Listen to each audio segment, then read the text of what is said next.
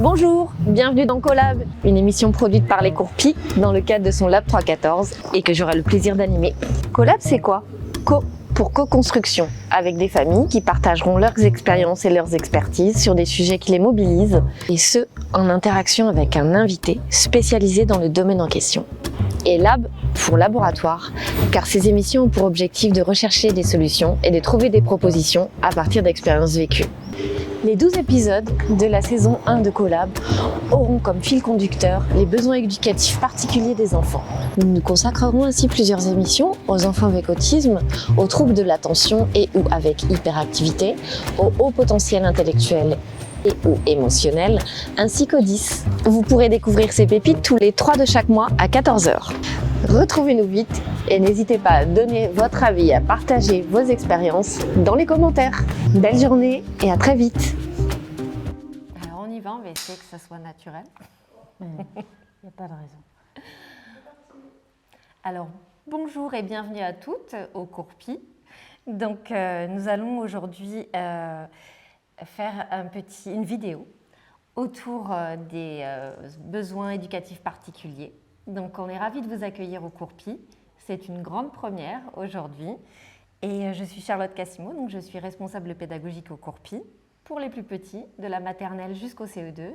Et j'ai été longtemps enseignante spécialisée.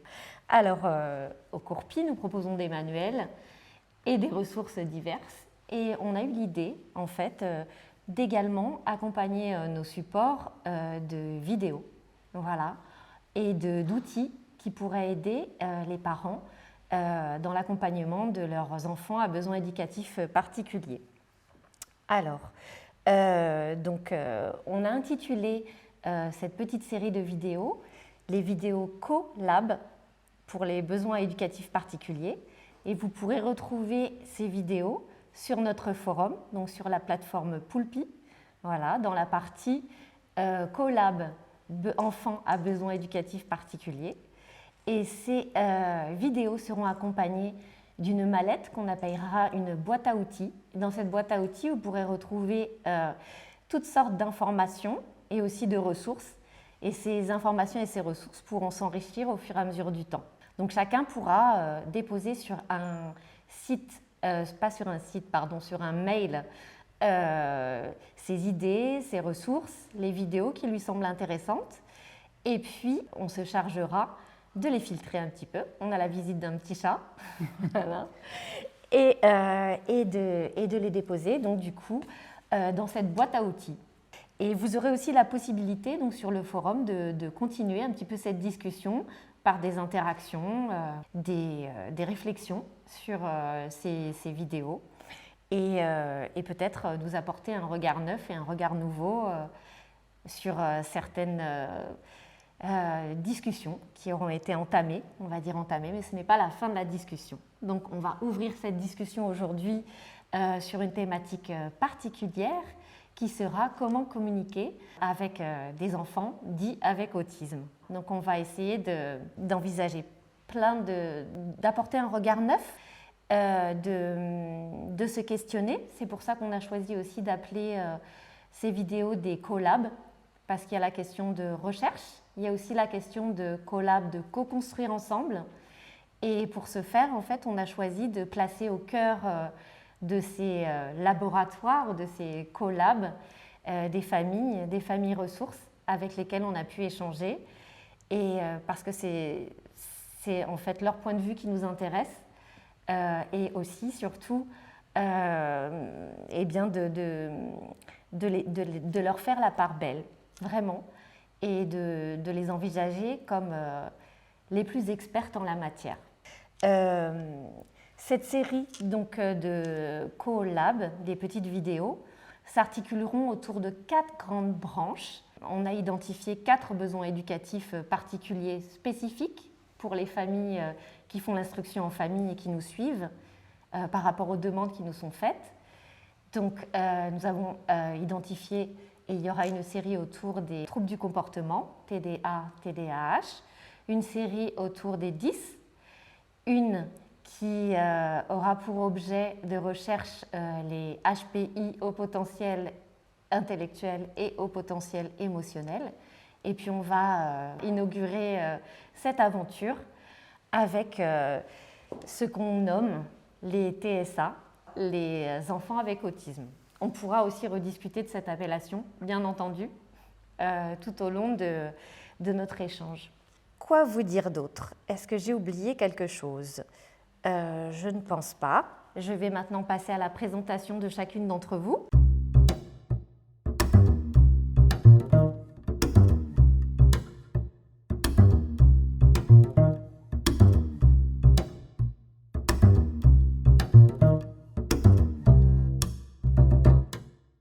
Et je vais vous présenter du coup Fabienne Nardot. Donc du coup, comme je vous l'ai dit en aparté, on a travaillé longtemps ensemble. Donc moi en tant qu'enseignante spécialisée et Fabienne en tant que pédopsychiatre sur une structure qui s'appelle un ITEP pour des enfants qui avaient des troubles du comportement, entre autres. Voilà. Est-ce que tu voudrais bien te présenter? On ne va pas faire semblant de se vous voyez. Oui. On ne peut pas. Voilà. Ok. Et peut-être aussi nous dire ce que tu souhaites nous apporter un petit peu aujourd'hui, ce que tu penses pouvoir, ou qu'est-ce que tu attends. Alors, bonjour à tout le monde. Donc, merci vraiment de m'avoir proposé de participer à ce collab. J'ai tout de suite dit oui parce qu'en fait, c'est une expérience tout à fait innovante. Et je me disais avant de venir, ce serait bien si le milieu hospitalier ou même les soins en général pouvaient s'en inspirer. C'est-à-dire de redonner la parole aux vrais experts, à savoir les parents, ceux qui vivent au quotidien. Et alors, quand je vous entendais vous présenter, je me disais, mais on peut rajouter aussi un diagnostic à ces personnes, c'est celui d'être forcément hyperactif pour pouvoir gérer tout ce que vous avez à gérer. Moi, forcément, je ne saurais pas faire ce que vous faites. Donc, je trouve que ce qui était intéressant, c'était effectivement de recueillir votre expérience de terrain, votre expertise. Hein. Pour moi, c'est très clair. Et de le croiser justement avec les enseignements que peuvent apporter l'école, comment on dit, école les cours-PI. Les cours-PI, comme apportent les cours-PI. Je trouvais ça tout à fait innovant et ça me plaisait beaucoup. Voilà. Donc, moi, ce que j'imagine de mon intervention, c'est déjà de beaucoup apprendre de vous et aussi de voir finalement peut-être de pouvoir vous apporter un autre regard sur ce que vous réalisez pour une prise de conscience de ce que vous faites en fait, si c'est nécessaire évidemment. Mais c'est-à-dire de pouvoir avoir un regard, ce que je disais à Charlotte quand on a travaillé sur la préparation de ce sujet, d'avoir une position méta. C'est pas une histoire de jugement, hein, pas du tout, mais d'amener un autre éclairage, de voir aussi tout ce que vous permettez en faisant ce que vous faites avec vos enfants au quotidien. D'amener les compétences que ça suscite et les compétences que vous permettez à vos enfants. Voilà. C'était un peu ça mon idée dans l'intervention, et pas du tout d'intervenir comme un pédopsychiatre expert de l'autisme qui viendrait d'un centre ressources autistes. Parce que ça, vous n'avez pas besoin de moi, vous avez de toute façon déjà su rencontrer les personnes qui pouvaient vous accompagner dans ce sens. Donc l'idée, c'était vraiment de proposer quelque chose de différent et qui s'inspire d'une approche systémique qui est plutôt mon obédience de formation. C'est-à-dire tout ce qui est thérapie familiale, la question de la relation, du lien. Voilà. Alors, je pense qu'on va peut-être maintenant pouvoir entrer dans le vif du sujet. Alors, le sujet qui va nous questionner aujourd'hui, ça va être celui de la communication. Et d'ailleurs, la première fois que j'ai rencontré Fabienne et que je lui ai dit que je n'étais pas du tout experte en tant que maîtresse spécialisée de l'autisme, donc pour pouvoir accompagner sur ce nouveau poste en tant que responsable pédagogique au cours-PI les familles, j'étais assez stressée. Voilà, et elle m'a dit plusieurs choses. Tu m'as dit, peut-être il faut chercher les interfaces de communication. C'est ce que tu m'as dit la première fois. Hein. Et puis tu m'as dit une autre chose. Est-ce que tu pourrais nous la rappeler sur... tu m'as dit, imagine que tu serais en Chine. Tu te rappelles cette... Ah oui, oui. Oui, c'était en fait... oui, l'idée est partie du fait que comment on travaille avec... des personnes qui présentent un trouble du spectre autistique, c'est déjà de se représenter en fait que et je pense que Madame Desnoux, vous préférez que je vous appelle Madame Desnoux ou Pauline? Parce que vous êtes présentée comme Pauline. Qu'est-ce qui est le mieux pour vous? Madame Desnoux? Ah. Je ne sais pas si vous m'entendez. Ah. Est-ce que vous... Alors si je parle comme ça. Madame, est-ce que vous préférez... Ah, la communication un peu assurée, je ne sais pas. En fait, vous confirmerez, Madame Desnoux, puisque vous nous avez expliqué que depuis 5 ans, vous étiez diagnostiquée pour un trouble du spectre autistique. Mais en fait, l'idée, c'est de se représenter ce qui se passe pour quelqu'un qui présente un trouble du spectre autistique, c'est-à-dire que tout ce qui permet de préparer la communication, tous les signaux infraverbaux ne sont pas identifiés par les personnes qui présentent un trouble du spectre autistique du fait de leur absence ou de leur défaut de neurones miroirs. C'est-à-dire ces neurones qui nous permettent de nous caler, de nous ajuster à la personne que l'on a en face de nous pour ajuster et pour communiquer et pour adapter les interactions sociales. Quelqu'un qui présente un trouble du spectre autistique, un TSA, n'a pas cette capacité-là. Donc en fait, il faut se rendre compte que tout fait effraction, tout est brutal, tout arrive d'un coup comme ça, sans avoir pu l'anticiper. Et du coup, c'est cette précaution-là qu'il faudra prendre dans les échanges avec les enfants qu'on accompagnera pour un trouble du spectre autistique. C'est-à-dire de valider, est-ce que c'est OK pour vous si je fais comme ça? Est-ce que ça va? D'avoir l'accord, évidemment, de la personne ou de l'enfant en question. Et donc, en fait, c'est un peu... se connecter à une autre culture. Et c'est pour ça que je donnais l'exemple. Oui. Si on va en Chine, on ne va pas avoir la même façon de faire. Et du coup, on va devoir vérifier si notre façon de faire est correcte pour la personne que l'on a en face de nous. Enfin, la Chine. Les codes, etc. Les codes. Et apprendre à co-construire, donc l'histoire des interfaces, c'est à co-construire ensemble nos propres codes pour pouvoir communiquer. Donc ce qui dit bien qu'en fait, pas de communication, c'est impossible. Et d'ailleurs, moi j'ai l'impression, quand je rencontre des enfants sur les établissements où je peux intervenir, qu'on arrive à communiquer. Je repense là, alors je recevais un enfant qui avait avec lui son petit frère. Alors en plus, eux, ils venaient du Chili. Donc ils parlaient espagnol et moi je ne parle pas du tout espagnol. Donc il y avait cette difficulté-là. Et en plus de ça, donc, il y avait son petit frère qui présentait un trouble du spectre autistique et qui n'avait pas accès au verbal, ni même au verbal en langue espagnole.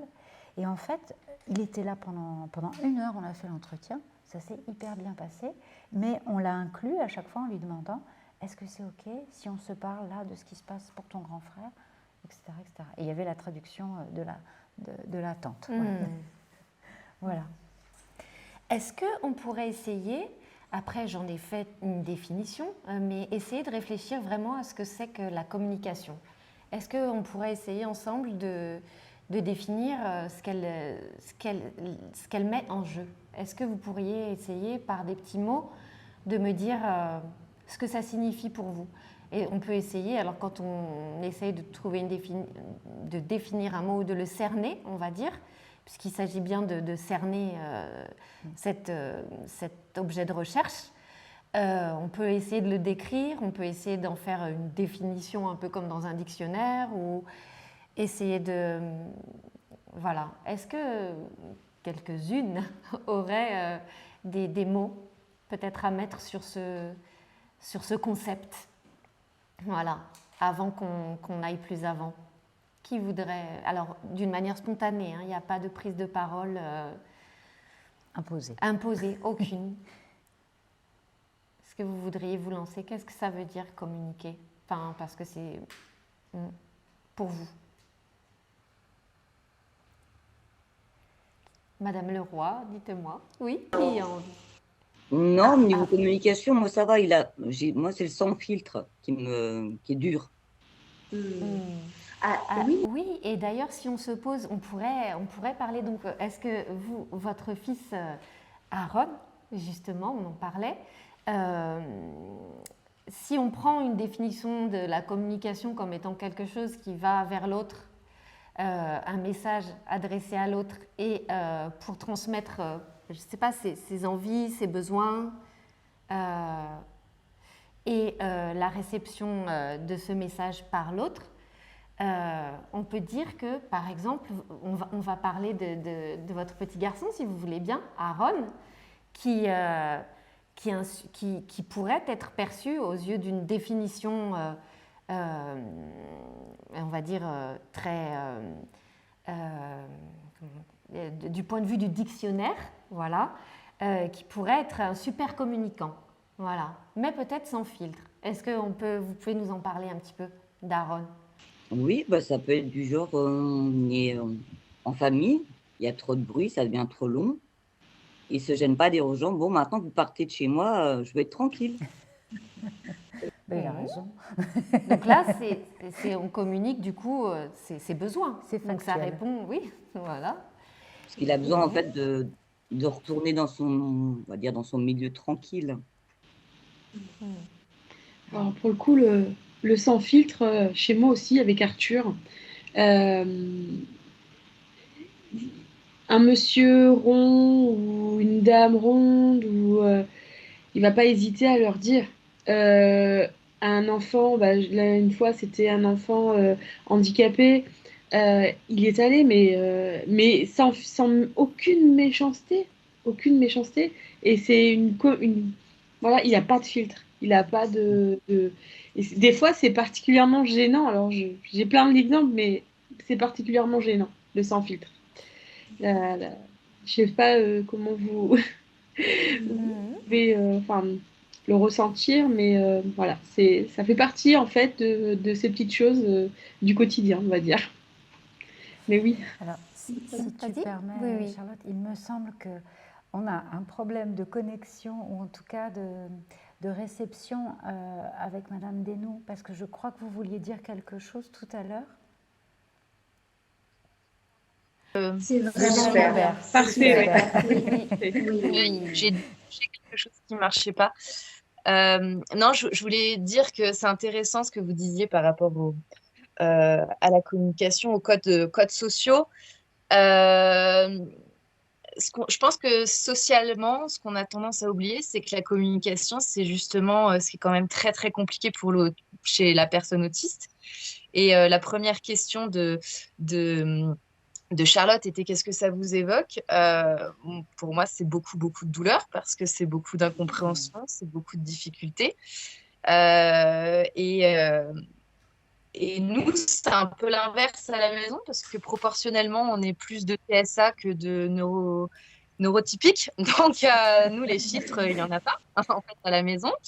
Et c'est notre norme à nous. Et pour reprendre ce que disait Natacha avec le fait, bah voilà, quand il y a des gens, quand c'est trop pour nous. Moi, c'est nous à la maison, c'est le genre de détails auxquels on ne fait plus attention puisque tout le monde fait ça. Donc, c'est notre norme à nous. En fait, donc voilà, mais c'est intéressant de voir l'envers hein, parce que nous, c'est pas quelque chose qui est dérangeant pour nous. Je sais que c'est socialement pas acceptable. J'ai beaucoup de mal à comprendre pourquoi, parce que ce sont des faits en fait. Donc pour moi, les faits sont importants. Donc voilà, mais Il y avait aussi, Madame Desnoux, lors de notre dernier échange, on avait parlé quand la personne reçoit le message, de l'interprétation. On avait évoqué, vous vous souvenez, cet enjeu de l'interprétation. Et vous me disiez que ça pouvait être très douloureux aussi vous me parliez dans cette communication ce que vous compreniez, c'était soit blanc, soit noir. Et que ce qui n'était pas dit, je crois, n'existait pas pour vous. Est-ce que vous pourriez le redire, le reformuler mieux que moi? Ouais. Oui, c'est ça, c'est qu'il n'y a pas de demi-mesure, il n'y a pas de demi-teinte. Et au quotidien, alors que ce soit chez mes enfants, hein, je le vois, ou que ce soit chez nous adultes après, c'est pas quelque chose qui évolue grandement. Le problème, c'est que nous vivons dans un monde où tout est toujours très nuancé. où les choses sont pas dites clairement parce qu'il y a des sous-entendus, où il y a des exceptions. Et donc, du coup, décrypter ça est très, très compliqué.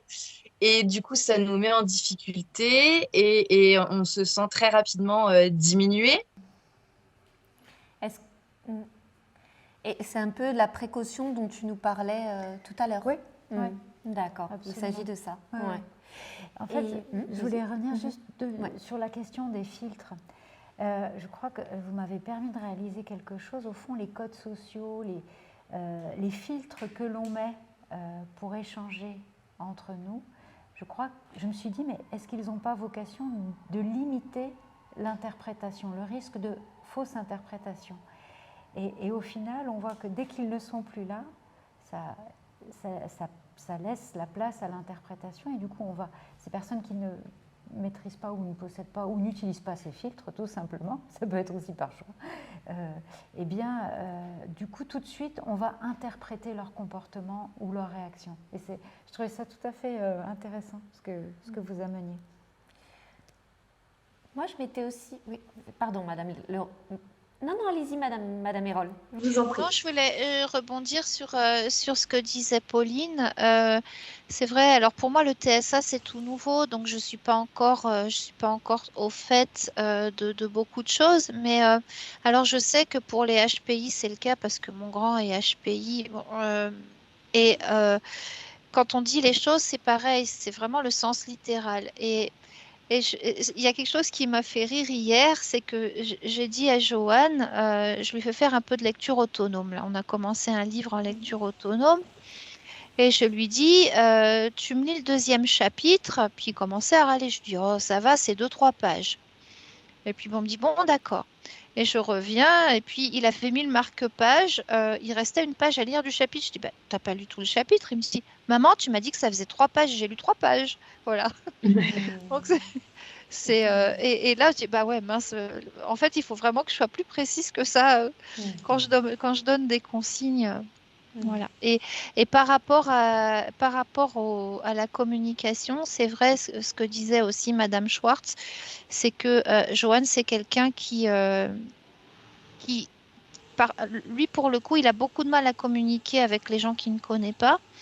Et dire bonjour, c'est compliqué, dire s'il vous plaît, c'est compliqué, dire merci, c'est compliqué. Et c'est vrai que il y a l'entourage, même l'entourage proche, il y a des gens qui ne le comprennent pas et qui vont prendre ça pour de la mauvaise éducation, alors que pas du tout en fait. Et il y a ça aussi qui est compliqué. Par rapport aux émotions, moi, tu m'avais expliqué quelque chose autour de la connexion des émotions. Je voulais, peut-être on y reviendra après, mais Madame Leroy, on avait eu un échange au sujet d'Aaron et qui m'avait beaucoup questionné justement par rapport au fait de considérer justement, donc là on est par rapport à une personne proche, quand il y a eu une perte dans la famille, on avait eu cet échange-là où il était venu vers vous par rapport à la perte d'un grand-parent, voilà. Et vous vous souvenez, est-ce que vous pouvez, parce que ça allait un peu à l'idée contraire de tout ce qu'on peut s'en faire au niveau de la représentation, de la non-connexion à des émotions. Est-ce que après tu pourrais nous en faire un retour? Est-ce que vous pourriez nous expliquer un petit peu, Madame Leroy? Oui, donc en décembre, donc, j'ai perdu mon grand-père. J'ai voulu garder pour moi, mais après, il y a un moment, on craque. Et j'ai mon fils qui vient vers moi et qui me dit t'en fais pas, il est au ciel, il y a des maisons plein de couleurs, il a rejoint les gens qu'il aime. Et moi, je suis là, et ton mari aussi. Voilà. Oui. Pleure pas, maman. C'est ça, c'était rigolo en plus. Il vous a dit t'as ton gosse et ton mari. C'était encore plus. Ouais. Voilà. C'est une façon d'analyser. On a vécu un peu pas la même tout à fait situation, mais j'ai perdu ma mère en septembre. Et curieusement, sur les 3 enfants, c'est Arthur donc, qui a eu. Alors, je ne sais pas si c'est moins d'émotions, mais des réflexions d'adultes en fait. Vraiment, ce n'est pas grave, c'est normal. Voilà. Mais qu'est-ce qui est normal dans la mort d'une personne? Surtout qu'elle était jeune, ma mère, et qu'ils avaient une connexion tous les deux en fait particulière. Premier petit enfant, etc. Mais maman, c'est pas grave, c'est normal. Elle est partie, c'est normal. Et alors que voilà, c'est ça. C'est une façon de communiquer que lui aussi, il avait compris, en fait. Et c'est parce que peut-être on est dans une occidentalité, enfin, donc où la mort n'a pas sa place encore de la même manière que dans d'autres régions, oui, parce qu'effectivement, enfin, ça fait partie de la vie, j'ai envie de vous dire. C'est souvent très juste. c'est... Mm.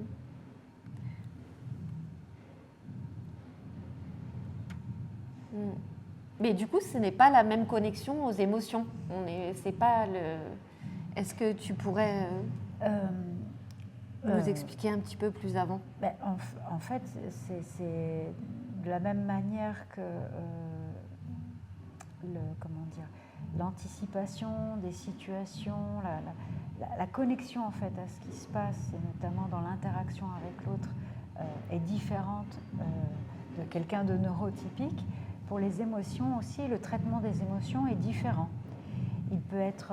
et alors, en fait, il n'y a pas forcément une intensité plus forte dans les émotions chez les personnes qui présentent un trouble du spectre autistique, mais c'est un traitement différent. En fait, j'ai presque... L'émotion est là, mais elle est traitée différemment. C'est sûr, l'émotion est là, évidemment, mais elle n'est pas forcément reliée, associée, comme elle le serait pour quelqu'un de lambda, en fait. Et je pense que Madame Desnoux pourra aussi en dire quelque chose de son expérience, mais du coup, c'est aussi ça qui est à prendre en compte dans l'accompagnement de ces enfants. C'est-à-dire que s'ils ont une expression émotionnelle qu'on ne comprend pas, qui ne nous semble pas adaptée, c'est pas pour autant qu'elle ne l'est pas. Et ça va être de comprendre, d'ailleurs d'abord d'accueillir, comme à chaque fois que quelqu'un montre une émotion, il ne le fait pas exprès, il ne le décide pas, hein, c'est quelque chose qui arrive là brutalement, donc c'est de l'accueillir et puis de voir comment progressivement l'aider à traiter cette émotion pour pouvoir l'apaiser. Alors justement, cette thématique sera celle de la prochaine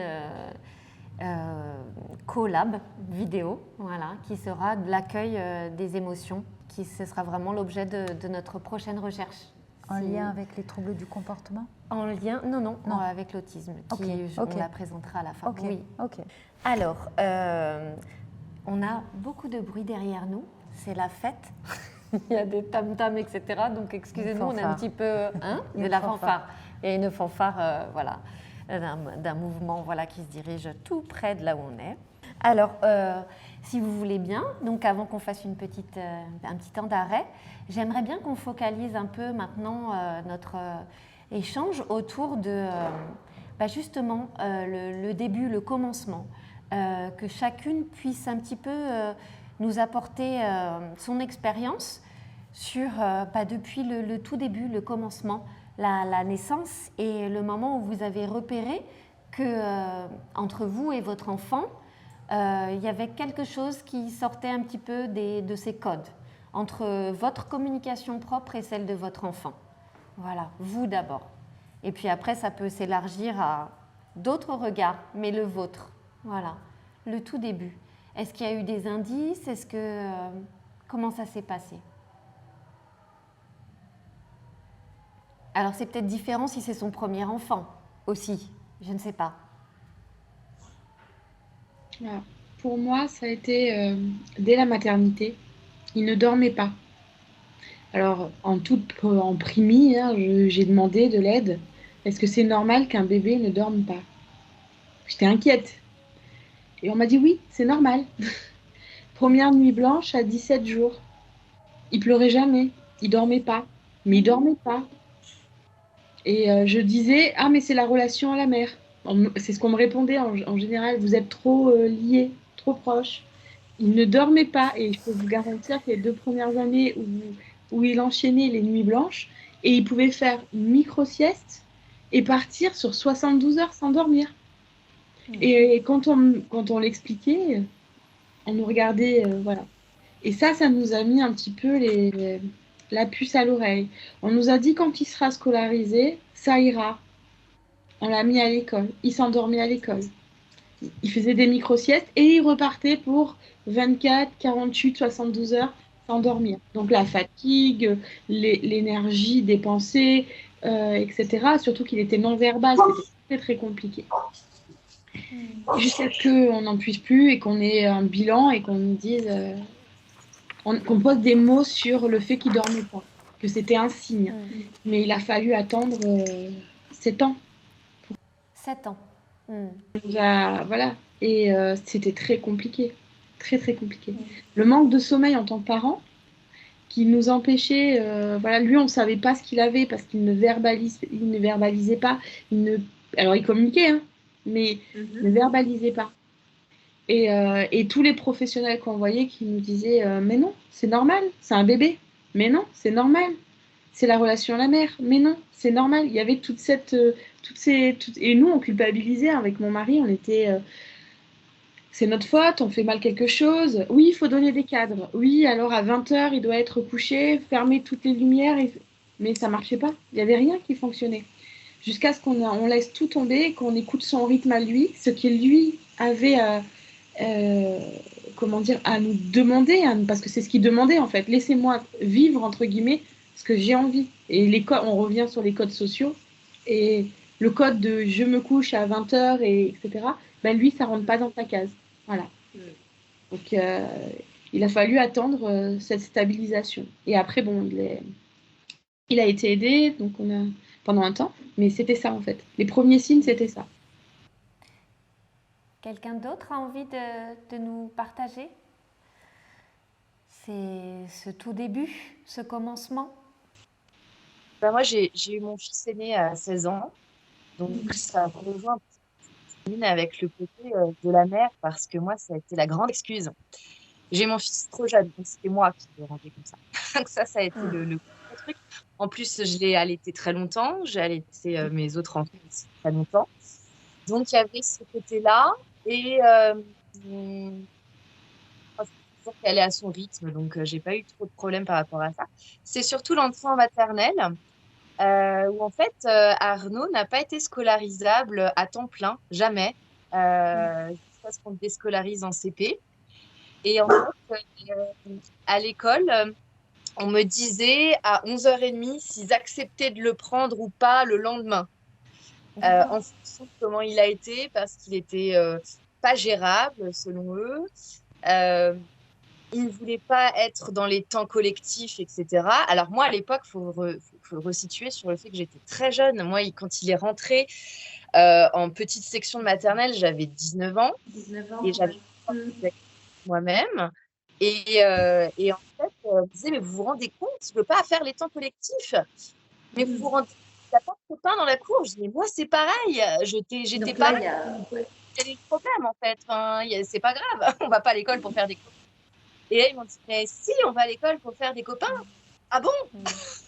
Écoutez, je ne savais pas. Donc, il y avait toujours ce côté assez compliqué dans les premiers signes. Mais en fait, moi, je ne les ai pas vus, les premiers signes. Je les ai vus après, par la suite, quand il a eu son diagnostic, quand on m'a posé beaucoup de questions sur justement comment il était quand il était petit.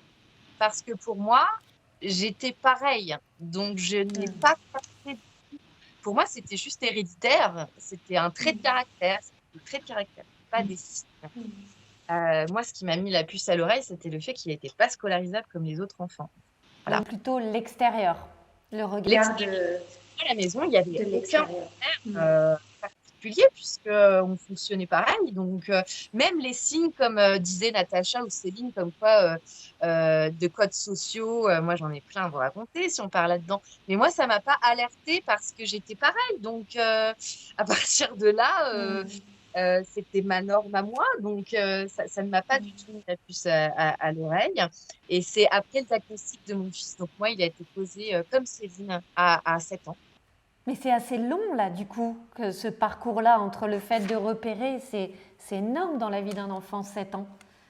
Et par contre, son diagnostic sans avoir à lui, ce diagnostic posé. le diagnostic de mes autres enfants a pu être beaucoup plus rapide. Donc, ça, c'est un avantage. Mais bon, c'est lui qui a un peu essuyé les pots, quoi. Les pots cassés, comme on dit. Et vous disiez, Madame Hérol aussi, jusqu'à quel âge pour Joanne puisque c'était en juin dernier, du coup, que le diagnostic a été posé. En octobre dernier. Vous m'entendez? Oui, très bien. En octobre dernier, en fait, Joanne, oui, déjà à la maternelle, il a commencé à être en retard par rapport aux autres. Mais à ce moment-là, je ne pensais pas forcément que ce serait un TSA. Ensuite, moi, il a toujours eu beaucoup de mal à se faire des copains à l'école. Toujours très réservé. Et puis, mais il y avait quand même des choses pour lesquelles aussi je me suis fait rabrouer à l'école. Johan, il a beaucoup de difficultés avec la nourriture. Il y a très peu de choses qu'il aime. Et à l'école, en fait, il fallait tout manger, il fallait tout goûter.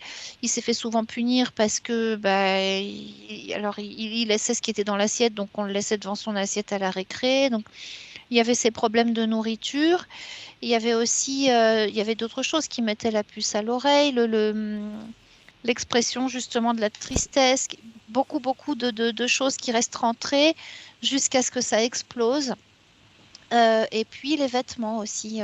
Il fallait toujours qu'à un moment donné, tout devait être vert. Et puis après, tout devait être voilà, c'était les chaussures Décathlon blanches à bandes bleues et c'était que celles-ci. Et bon, ça continue, hein. Aujourd'hui, c'est les hauts et les bas Puma noirs et blancs et on n'en déroge pas. Qu'est-ce qu'il y a d'autre? Ouais, la communication aussi au téléphone très compliqué, devant les gens qu'il connaît pas très compliqué.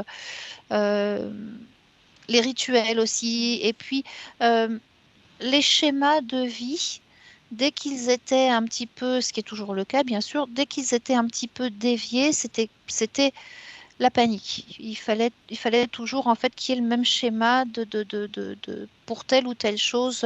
Par exemple, je sais pas, on travaille et puis après on fait ci, après on fait ça et puis mais dès que quelque chose était nouveau ou même un nouveau prof ou là c'est très très très compliqué. C'est toujours le cas aujourd'hui évidemment. Rencontrer un nouveau thérapeute au départ c'est le lever de bouclier et puis après avoir un petit peu parlé ça va mieux mais il part avec un a priori et donc si la personne lui plaît pas c'est même plus la peine d'essayer de la revoir quoi. Voilà. Et parfois il y a même des choses qui peuvent je dirais, entraver la communication. On en parlait avec Madame Leroy, là vous parliez de la nourriture, et puis par exemple des chaussettes. Voilà, des éléments simples, Madame Leroy, vous pouvez peut-être nous raconter, qui peuvent empêcher la communication et qui sont des choses simples. Madame Desnoux aussi, on en parlait par rapport aux étiquettes. Des vêtements ou des choses comme ça. Est-ce que l'une ou l'autre voudrait nous expliquer un petit peu et qui empêche la communication Est-ce que vous voudriez nous expliquer? Parce qu'il y a des choses qui seraient facilitantes si simplement on les envisageait autrement. C'était l'histoire, je pense, Madame Leroy, on avait parlé des chaussettes, c'est ça? Oui, des chaussettes qu'il ne voulait pas porter au départ. Il voulait être pieds nus tout le temps, en hiver, en automne, tout le temps. Maintenant, il les accepte. Bon, je le laisse à sa façon. Le talon va jusqu'à je ne sais pas où sur la jambe, si vous voyez ce que je veux dire.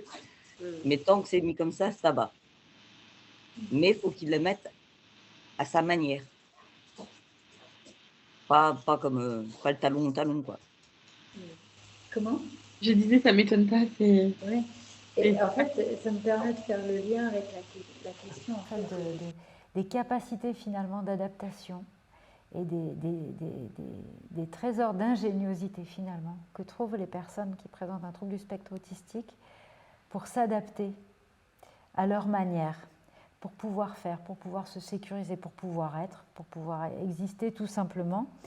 Et ça, c'est quelque chose peut-être sur lequel on n'insiste pas et qui pourrait justement, et c'est à mon avis ce que vous faites au quotidien, c'est-à-dire repérer ses compétences à faire autrement pour pouvoir s'adapter quand même, pour pouvoir trouver un modus vivendi, on va dire, et qui, à mon avis, sont des ressources précieuses sur lesquelles justement il faut mettre la lumière, la focale, pour pouvoir les utiliser et finalement transformer quelque chose qui semblait un impossible en bon, ok, on fait comme ça, quoi. Après tout, qu'est-ce que ça peut faire? Si ça permet... Faire fi du code. Mais oui, c'est ça. Peu importe, pour que ça fonctionne. Et c'est vrai, il me semble qu'on n'insiste peut-être pas assez sur les compétences cognitives, justement, que développent, que déploient ces enfants ou ces personnes qui présentent un spectre du trouble autistique pour faire, pour exister. Mais c'est très simple, parfois, il suffit juste de changer de lessive pour qu'ils aillent mieux. Le mien, il a une hypersensibilité au nez, à tout ce qui est odeur. Et il a fallu que je fasse le deuil de la vraie lessive. Donc, je fais ma lessive parce qu'il ne supporte pas les odeurs, même si c'est des odeurs florales ou autre. Mais même un fromage, il va le sentir arriver de la voiture. Enfin, c'est comment dire, il faut s'adapter. Mange pas de camembert à la maison, par exemple. Mais voilà. Mais oui, il faut chercher, il faut trouver. En fait, c'est un exemple. Le camembert, c'est vraiment un exemple. Mais on parlait de manger tel type d'aliment ou tel type d'aliment. Moi, le mien, c'est les épinards. Ça peut être le matin, le midi, le soir. À tous les repas. C'est très, très... il faut s'adapter, il faut aimer les épinards. Oui, vous soulignez ici, oui, c'est ça, l'hypersensitivité, l'hypersensorialité, l'hyperesthésie qu'on peut retrouver, pas systématiquement, hein, c'est pour ça on utilise le terme de spectre, parce que, et puis en plus, parfois, ça peut changer, c'est-à-dire que les choses ne sont pas nécessairement fichées, et c'est une adaptation à un moment donné dans un contexte et qui fait partie d'une évolution. C'est ça, s'adapter. Pour tous, je crois qu'on a tous nos tips pour nos enfants. Moi, je suis vraiment surprise de ces diagnostics qui ont été posés très tardivement, finalement. Est-ce qu'il y a une raison pour ça? Pourquoi ça s'est passé comme ça? Pourquoi est-ce qu'il a fallu... Après, le diagnostic est une chose. Je pense que le fonctionnement et la manière de faire avec et d'accompagner, on en parlera dans la prochaine partie, un petit peu, sur ces outils, ces méthodes, etc. Mais du coup, vous l'aviez déjà engagé, bien évidemment. Mais je me pose... parce qu'à plusieurs reprises, du coup, il y a quand même... cette société qui est dure, tous ces renvois qui sont durs dans ce que j'entends. Et du coup, je trouve que le diagnostic est tardif. Vous disiez, Madame Desnoux, que vous aviez eu un diagnostic posé très tardivement, à 25 ans, c'est ça? Oui. Pourquoi ça se passe comme ça? Pourquoi Je pense que déjà, à mon époque, il y avait très peu de diagnostics. Je pense que maintenant, on commence un peu plus le faire. Après, quand j'ai annoncé à ma maman que j'avais eu un diagnostic à 25 ans, elle est entre tomber des nues et entre culpabilité de ne pas l'avoir vu. Et le problème qu'il y a, c'est que c'est beaucoup de souffrance, hein, c'est beaucoup de harcèlement scolaire, c'est beaucoup d'angoisse. Enfin, moi, je sais que même encore maintenant, à 25 ans, enfin à 30 ans maintenant, rentrer on parlait des odeurs, c'est très intéressant parce que rentrer dans un rayon de supermarché, bon, déjà rentrer dans un supermarché, mais rentrer dans un rayon de supermarché avec l'odeur des fournitures scolaires, je fais une crise d'angoisse. Parce que ça me rappelle l'école, et alors que, je veux dire, ça fait très longtemps que je suis plus à l'école. Mais je pense qu'on a un très gros retard de diagnostic. Moi, j'ai des amis au Québec, je sais que ça se diagnostique beaucoup plus facilement qu'en France. Je pense qu'on a un vrai retard. Et puis, Et puis, il y a la question aussi qu'il y a beaucoup de parents, je pense, parce qu'on en a un petit peu parlé, il y a pas mal de signes entre les enfants HP et le TSA. Il y a beaucoup de parents qui, je pense que psychologiquement, pour eux, c'est plus facile de se dire que leur enfant est à haut potentiel plutôt que de faire les démarches de recherche de TSA. J'ai l'impression que c'est un peu moins glorieux, entre guillemets, de se dire que son enfant est TSA que HP, alors qu'en fait, il y a beaucoup de choses qui se rejoignent, même si tout n'est pas pareil, évidemment. Mais donc, je pense qu'il y a un retard aussi à ce niveau-là dans l'image sociétale qu'on a de l'autisme, et donc qui fait très peur, et donc qui, du coup, on y va les quatre fers en arrière, hein. On n'y va pas trop vite. C'est le dernier truc, on va essayer de voir avant s'il n'y a pas telle ou telle chose avant, et le TSA, c'est en dernier recours, parce que bon, c'est pas très glorieux, donc on va éviter quand même. Donc il y a aussi ce côté-là, on n'en parle pas très facilement, hein, du TSA. Après, si je peux me permettre, pardon, il y a aussi, alors, il y a deux éléments. Il y a aussi, c'est souvent la faute des parents, parce qu'on est trop inquiet. On est trop inquiet. On est trop proche des enfants, vous les coupez trop, c'est pas vrai, libérez-le, etc.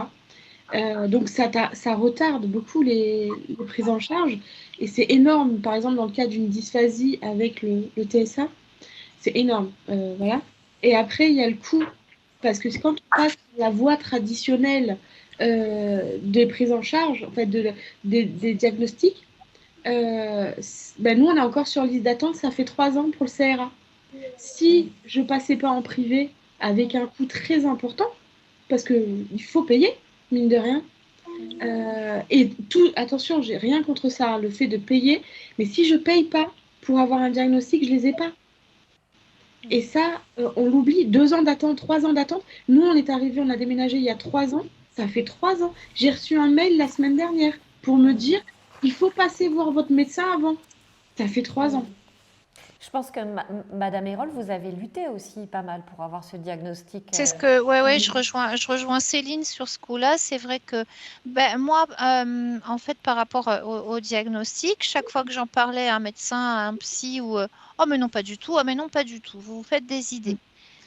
Et puis c'est quand même c'est pas possible. Et puis je vous en avais parlé, Madame Cassimo.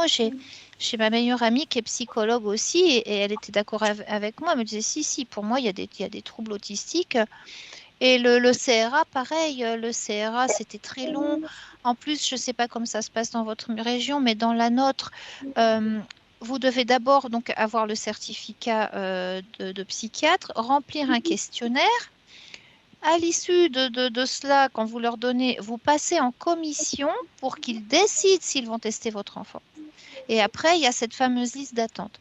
Et heureusement, grâce à Autisme PACA, j'ai fait comme Céline, hein, je suis passée dans le privé, et puis voilà. Hein.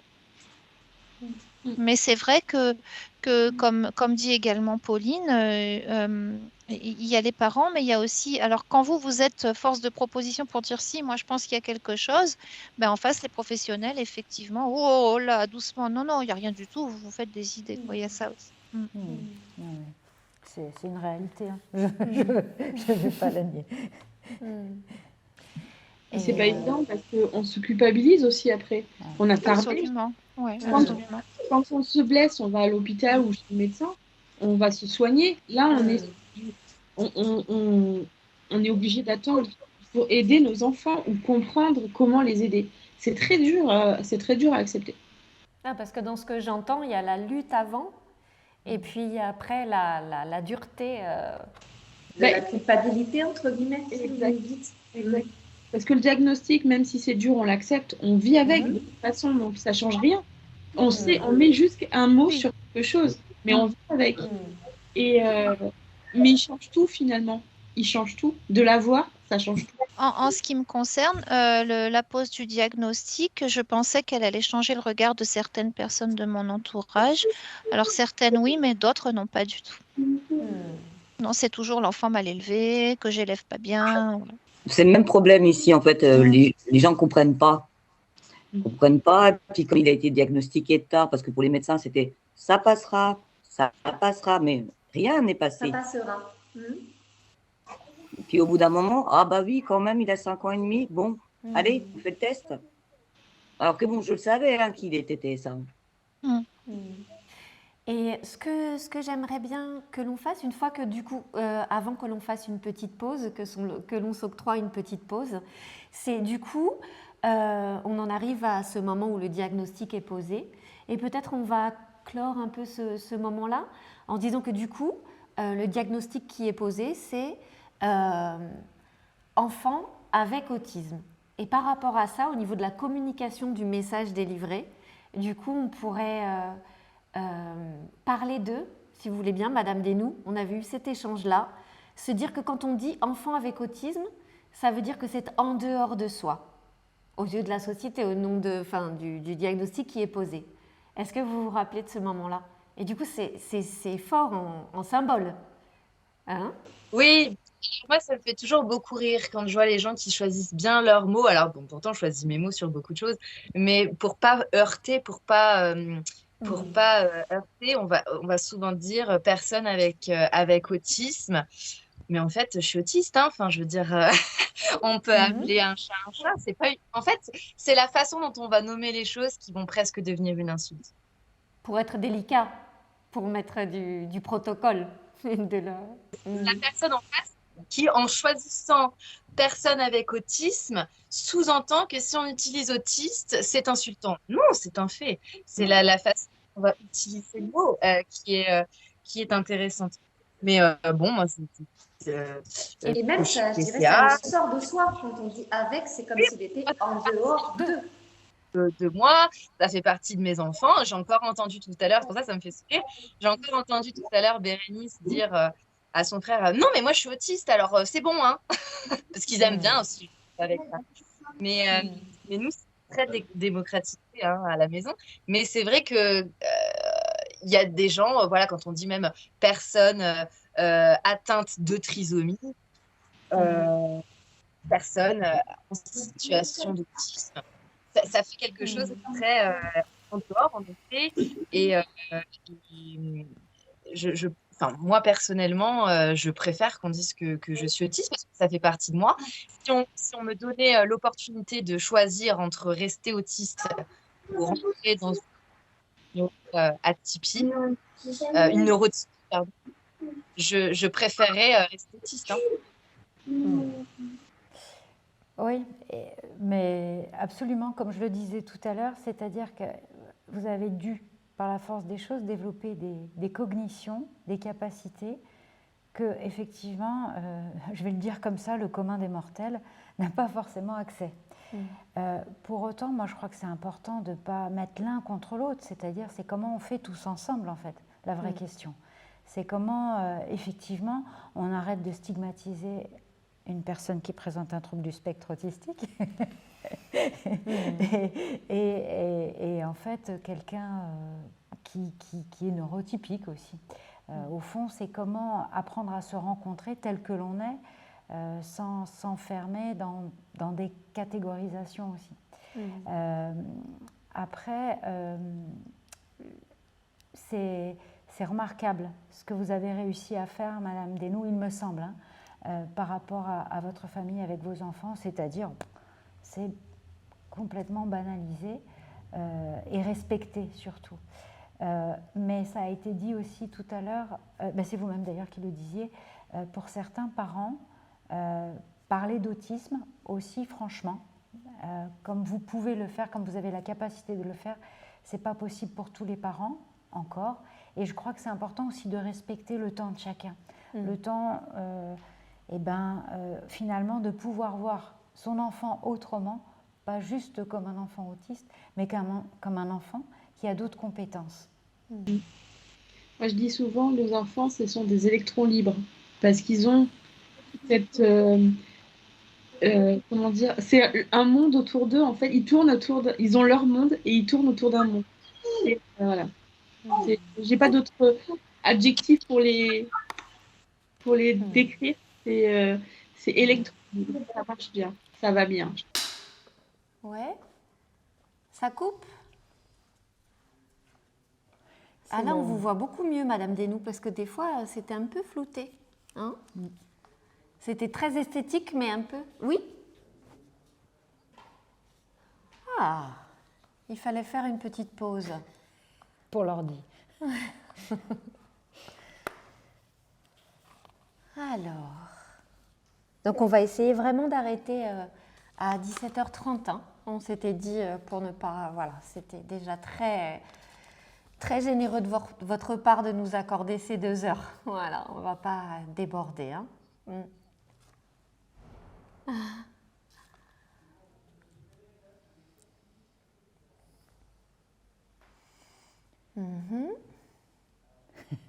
Oui.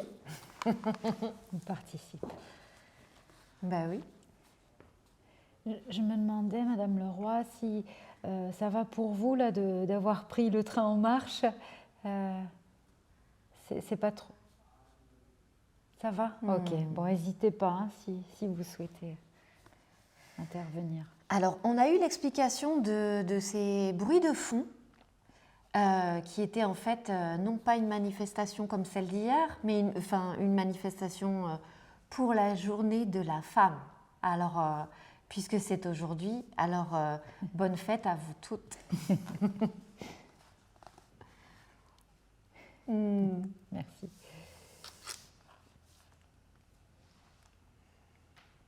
Alors, Madame Schwartz.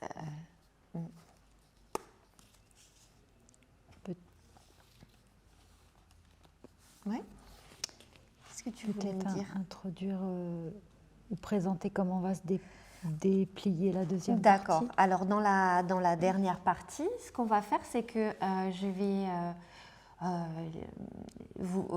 voilà, il va s'agir du coup des méthodes et outils que vous avez pu utiliser, rencontrer. Voilà, donc je vais les citer, que ce soit le scénario social, l'ABA, le PEX, le TEACH, on dit TEACH, on ne dit pas TEACH, la méthode SACAD, mais aussi toute autre forme de proposition comme par exemple la musique, l'art ou le sport.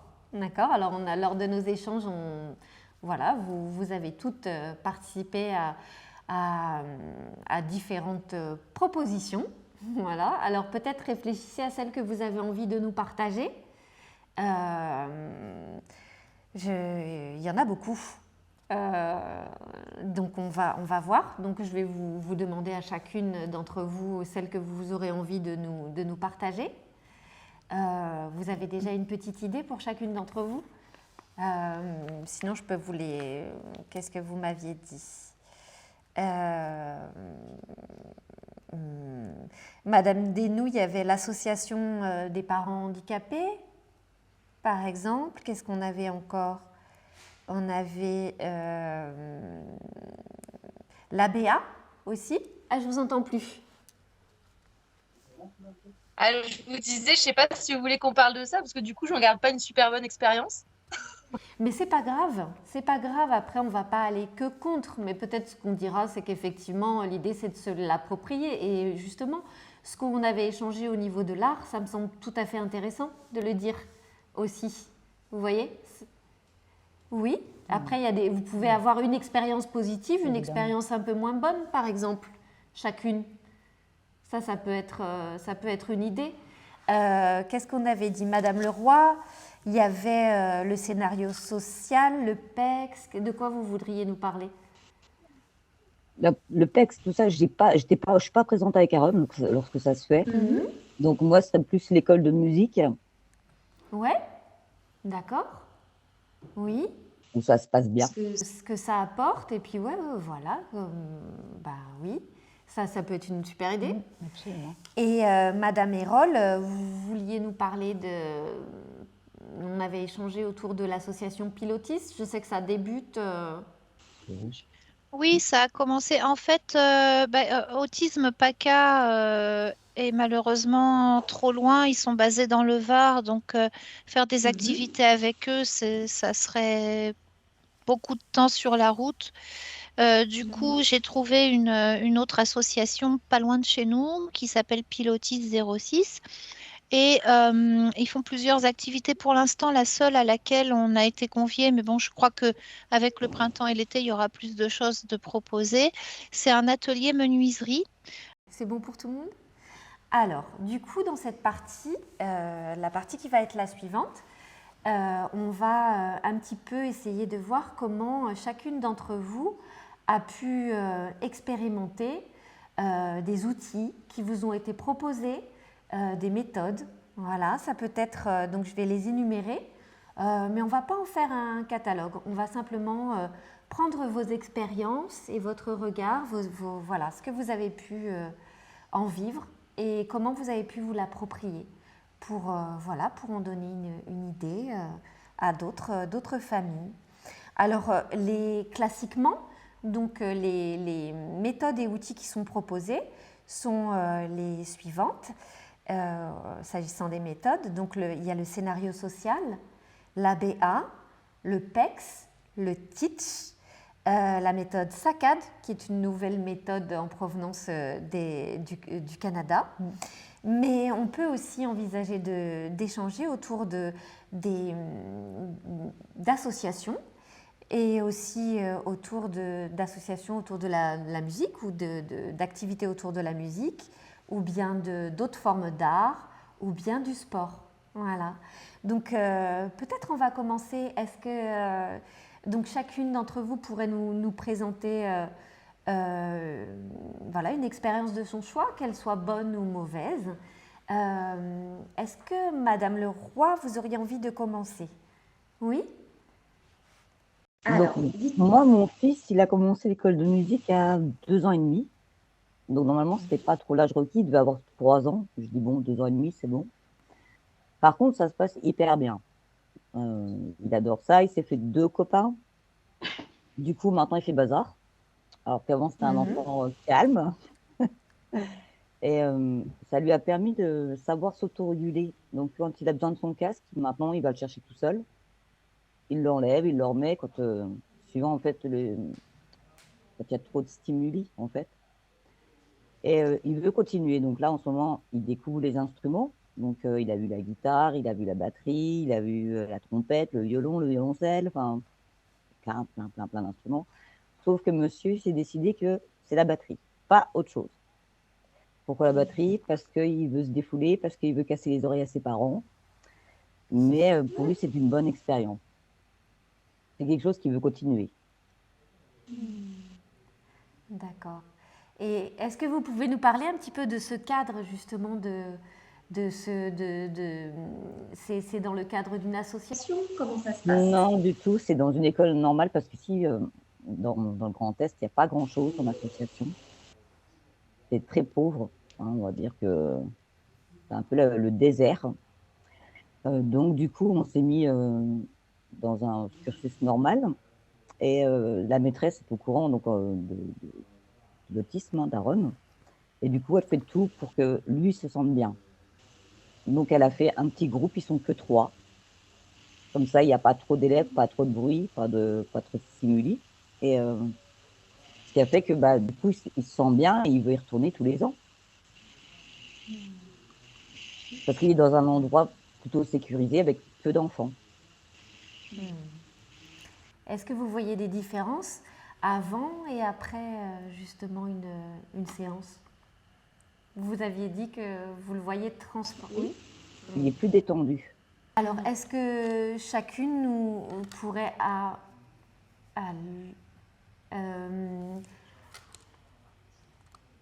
Madame Hérol, vous nous entendez?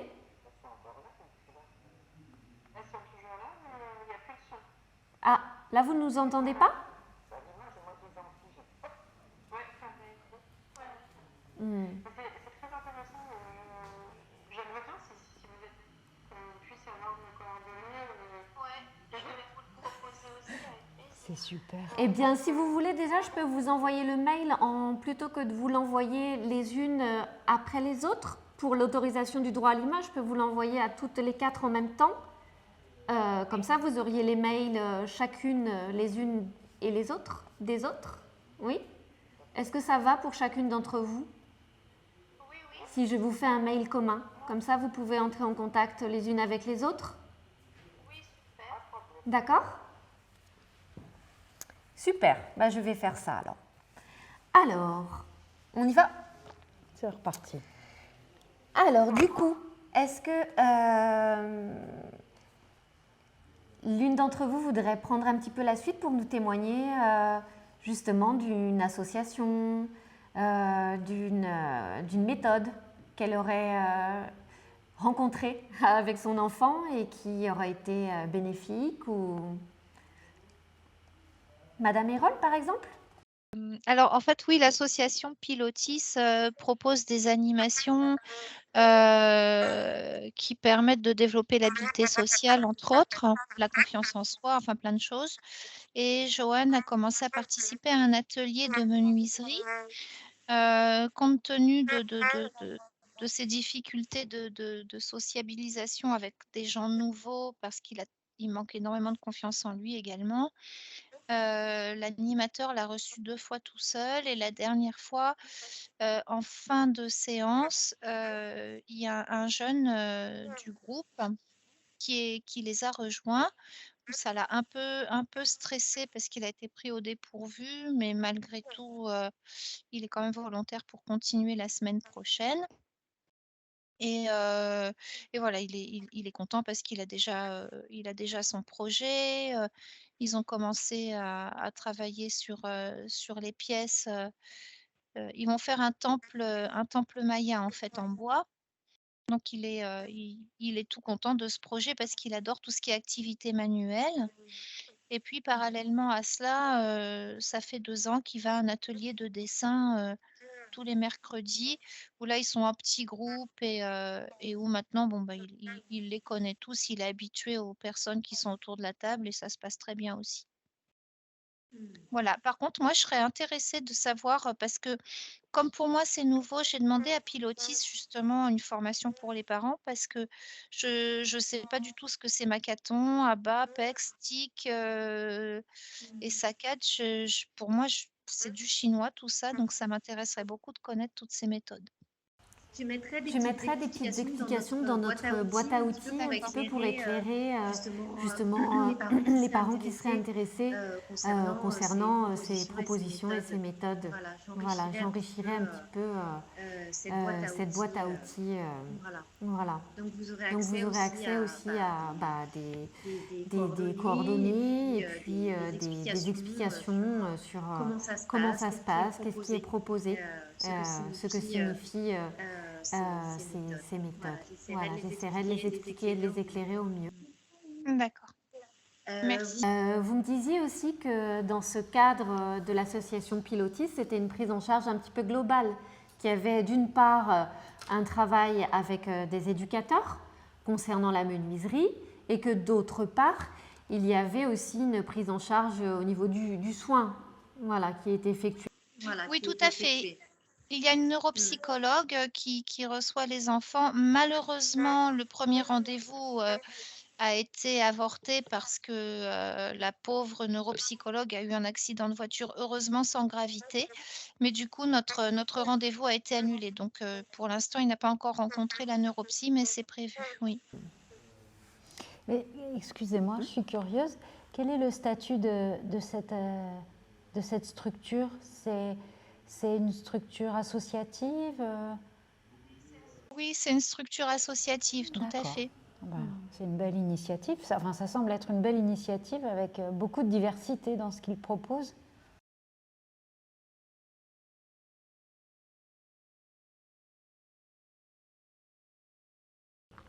Ok.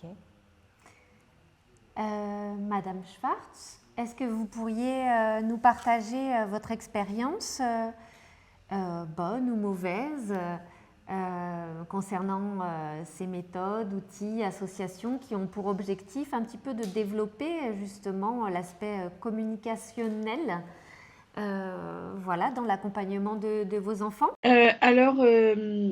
Moi, j'ai dû adapter des techniques par rapport à mon fils et ma fille, justement, comme j'étais formée, entre guillemets, avec mon fils, notamment pour Makaton.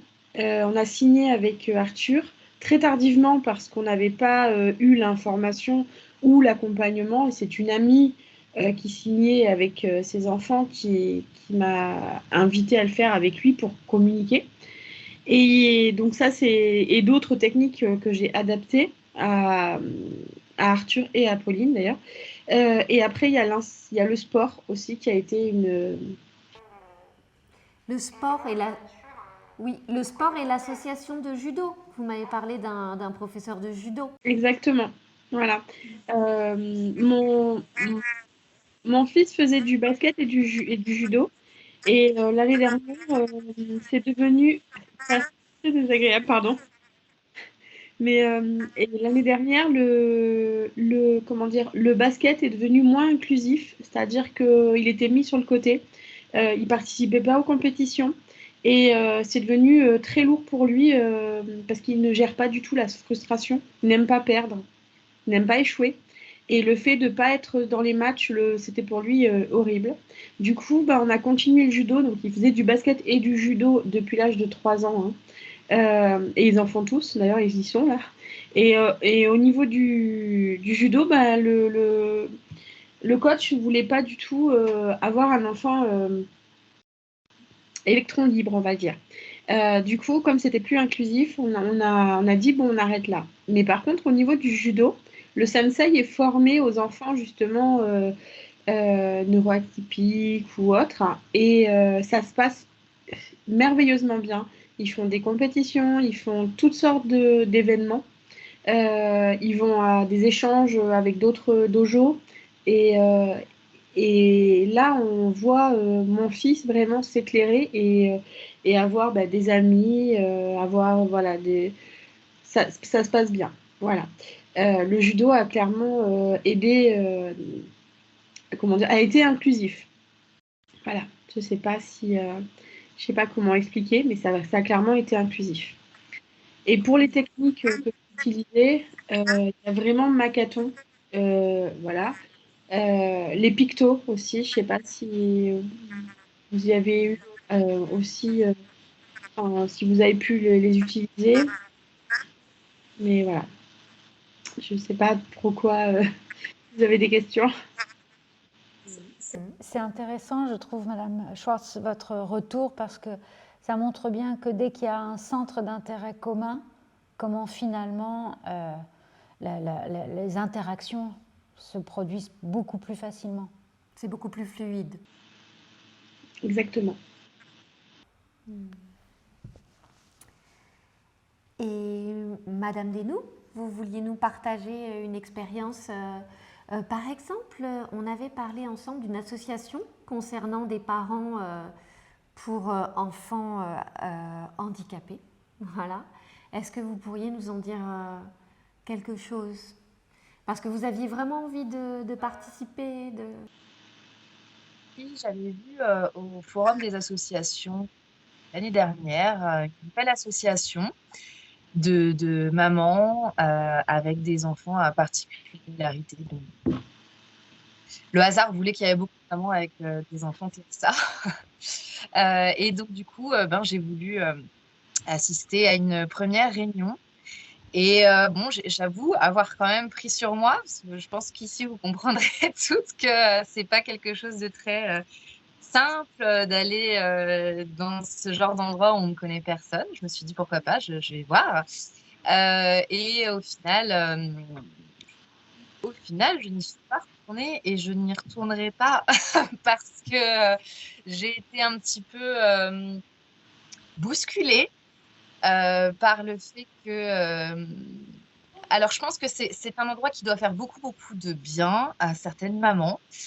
Moi, ça ne me correspond pas du tout parce que j'ai l'impression que les attentes là-bas, c'est vraiment de discuter à comment on peut faire en sorte que son enfant rentre dans le moule. Or, ce n'est pas du tout une crainte pour moi, ni l'une de mes attentes, bien au contraire, en fait. Moi, j'aime cultiver leurs nuances, leurs différences. Donc voilà, j'essaye qu'ils prennent conscience de leurs nuances individuelles pour pouvoir les faire fleurir à leur façon, à eux, et donc loin de moi les préoccupations de savoir comment les rentrer dans le moule. Donc je n'ai pas souhaité réitérer et je pense que c'est important aussi peut-être d'en parler parce que toutes les associations de parents ne se valent pas et il y en a beaucoup où on est quand même dans ce côté inclusion à tout prix, quitte à ne pas accepter non plus les particularités de n'importe quel enfant. Donc, je n'ai pas réitéré. Après, on m'avait demandé, la neuropsy qui suit mes parents, pédopsychiatre, etc., m'avait demandé de faire des cours d'habileté sociale. Je n'ai pas donné suite à des cours à proprement parler. Pour moi, c'est pareil. Ils vont apprendre dans leur vie. On sera là pour les accompagner. Par contre, à côté de ça, ils vont au centre aéré avec des enfants lambda. Ils font de la musique. Ils font chacun un sport qu'ils ont eux-mêmes choisi. Et en termes de thérapie, il faut aussi de l'équithérapie depuis pas très longtemps, ce qu'ils aiment beaucoup également. Donc, je passe plus par ce genre de pratique-là que vraiment quelque chose avec des cours d'habileté sociale. On en fait un peu en fait des cours d'habileté sociale, mais pas dans un groupe d'enfants à proprement parler. On parle de cette situation avec la... Mesdames, je vous voyais interagir avec Madame. Je voyais que Mesdames Hérol et Mesdames Leroy, vous interagissiez avec Madame Desnoux quand elle parlait, au moment où elle parlait un petit peu des injonctions, des cases à cocher, d'un espèce de schéma au niveau justement de la communication qu'on essayerait d'imposer. Je vous voyais réagir. Est-ce que vous avez... ça peut être aussi... qu'est-ce que vous pouvez nous en dire? Pourquoi est-ce que vous réagissiez? Pardon. En ce qui me concerne, c'est parce que effectivement, de toute façon, on ne peut pas faire rentrer ces enfants-là dans le moule. Tout neuroatypique ne rentrera jamais dans le moule, donc c'est vain. Et c'est se raconter des histoires et surtout, c'est pas pour le bien de l'enfant, quoi, pour finir. Voilà. Et est-ce que ça rend justement, moi je me pose la question, toutes ces... Mais on a le même problème avec l'instruction en famille versus l'école. Exactement pareil. Moi, j'ai des mamans qui ont des enfants TDAH, des TSA ou autre, et c'est l'école à tout prix. En fait, l'idée, c'était un petit peu de se dire que toutes ces méthodes qui étaient louables et qui avaient pour vocation de développer un peu la communication, je me disais que parfois, à vouloir poser des schémas comme ça, est-ce que ça cassait pas un peu le côté naturel justement de la communication? Est-ce que ça allait pas à l'encontre de l'objectif final, enfin, comme si trop de communication ou trop de d'outils, oui, voilà, tuer la communication. Peut-être je me dis, c'est peut-être ça qui vous a fait réagir de ces schémas, Madame Leroy? Non? Là, il y a problème technique. De communication.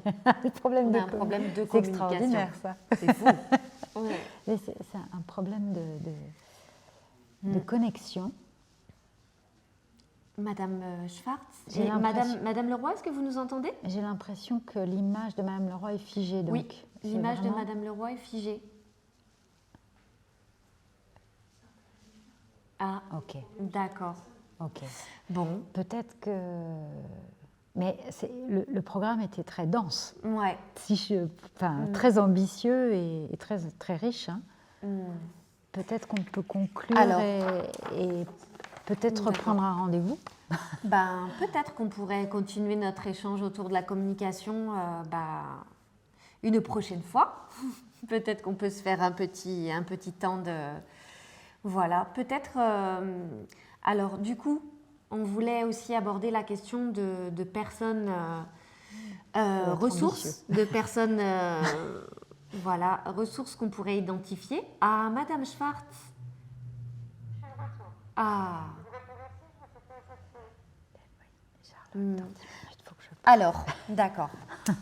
On va essayer de peut-être apporter une petite conclusion à notre échange parce que je pense que chacune, vous avez votre contexte et votre temporalité et qu'après, ça risque d'être compliqué un petit peu pour chacune. C'était peut-être dense et peut-être trop ambitieux. En tout cas, on a pu apporter cet échange et on pourra le continuer autrement, à un autre endroit. Voilà. Est-ce que on pourrait faire justement un petit tour de table pour finir sur ce que chacune aurait envie de dire, d'ajouter, voilà. Et puis voilà. Et puis après, moi, je continuerai dans une projection, voilà, en parlant de ce qu'on pourrait, voilà, voilà, apporter la prochaine fois dans d'autres, voilà, sur d'autres recherches et d'autres sujets, d'autres objets de recherche. Est-ce que je vais faire un tour de table, d'accord? Alors, Madame Hérol, est-ce que vous voulez bien commencer? Un petit mot pour conclure. Je sais pas trop. Comment vous avez ressenti ce temps d'échange? Moi, j'ai trouvé ça très, très enrichissant, très intéressant de partager avec tout le monde. Et puis ravie de faire la connaissance d'autres mamans qui sont dans le même cas et qui sont plus aguerries que moi un petit peu de tout ça, justement, puisque pour moi, c'est plus récent que pour mesdames. Et non, je suis ravie, vraiment. Et puis, je trouve que votre initiative, elle est géniale parce que c'est vrai que on a besoin, même en IEF, d'aide et d'outils pour accompagner les enfants, comme on disait, qui rentrent pas dans le moule. Voilà. Donc, c'est très chouette. Merci à vous. Madame Schwartz, vous voulez apporter votre petit mot de conclusion? J'ai envie de dire déjà merci infiniment, parce que c'est pas facile de notre côté, voilà, de pouvoir partager sur notre quotidien, sur les supports et aides qu'on peut avoir. Là, j'ai noté les associations. Merci beaucoup. Très intéressant. Merci. Madame Desnoux, est-ce que vous voulez nous dire un petit mot et nous partager quelque chose pour terminer cet échange? Oui, déjà, comme tout le monde, je voudrais vous remercier pour permettre de libérer la parole sur ces sujets-là. J'aimerais vous laisser avec cette question que vous avez partagée, Madame Kessimo, avec le fait que qu'est-ce que la norme et le que vous, neurotypique, on demande à beaucoup de personnes autistes de s'intégrer, mais c'est tout simplement parce que vous êtes plus nombreux. Nous serions neuroatypiques, ce serait notre norme et ce serait à vous de vous adapter. Donc, c'est important de respecter les particularités de chacun. Et je pense que cette question-là est quand même très intéressante parce qu'on demande beaucoup de personnes en situation d'autisme de s'adapter, de s'intégrer. Et alors qu'en fait, peut-être que dans un autre monde, ce serait à vous de vous adapter. Donc, voilà. Merci. Merci à toutes. Madame, on a perdu Et Madame Leroy. Leroy, est-ce que vous nous entendez? Est-ce que nous vous entendons? Alors, est-ce que vous avez envie de... Ah, on vous voit, on vous entend. Est-ce que vous voudriez apporter votre petit mot pour conclure un peu cet échange? Je remercie les mamans aussi. Pauline, j'aurais des questions à te demander parce que je suis peut-être aussi autiste. Voilà. Donc, peut-être que tu pourras m'aider. Et je trouve que c'est agréable de pouvoir échanger donc, sur les difficultés qu'on rencontre tous les jours. Et si ça peut ouvrir pour d'autres parents, c'est bien. C'est une première. Ce n'est pas la fin de la discussion. C'est le début d'une grande discussion, je pense. Fabienne, est-ce que tu voudrais nous apporter un petit mot de ton côté? Absolument. D'abord, je voudrais vous remercier, vous quatre, pour vous être prêtés à l'exercice, parce que ce n'est pas évident de se partager dans ce que l'on peut vivre de difficile, voire de douloureux.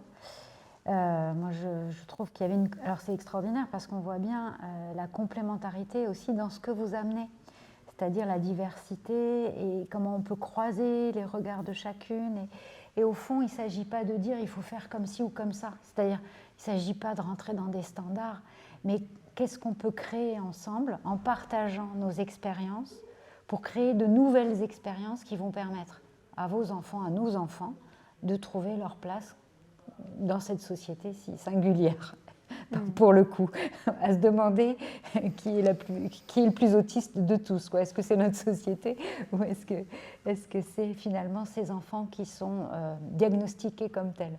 Bon, ça c'est un peu des réflexions philosophiques, mais au fond, c'est en fait comment on fait pour exister et se faire exister, quoi. Et c'est vrai qu'il y a toute la dimension, effectivement, des outils, il y a toute la dimension des trucs et astuces de maman, il y a toute la dimension aussi des tiers qu'on n'a pas pu, des intervenants extérieurs, des tiers aidants qu'on n'a pas pu aborder, mais qui sera peut-être l'objet d'une autre discussion.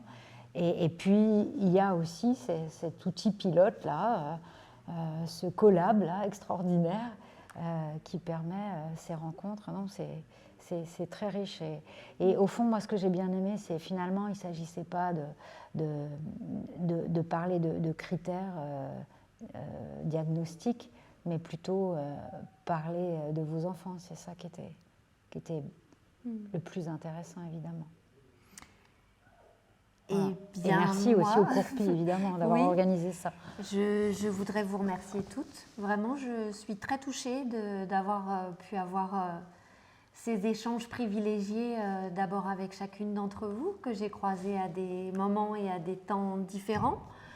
Et pour votre engagement et pour votre confiance à toutes. Et merci à Fabienne aussi de nous accompagner. Parce que merci. Moi, je suis gâtée, moi. Ça nous donne plein de force et je pense que c'est vraiment le début d'une belle aventure, on va dire ça comme ça, qu'on va pouvoir enrichir au fur et à mesure et qui, j'espère, sera régulière dans le temps, prendra ancrage dans le temps.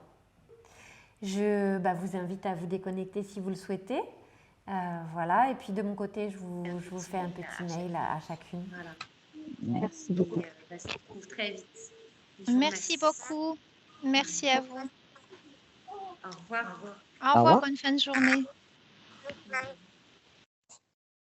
Je tiens à remercier chacun et chacune d'entre vous et je vous retrouve très vite donc, sur cet espace, très vite au Courpi en tant que responsable pédagogique et très vite dans ces petites vidéos collab des enfants à besoins éducatifs particuliers. À très vite. Merci à tous.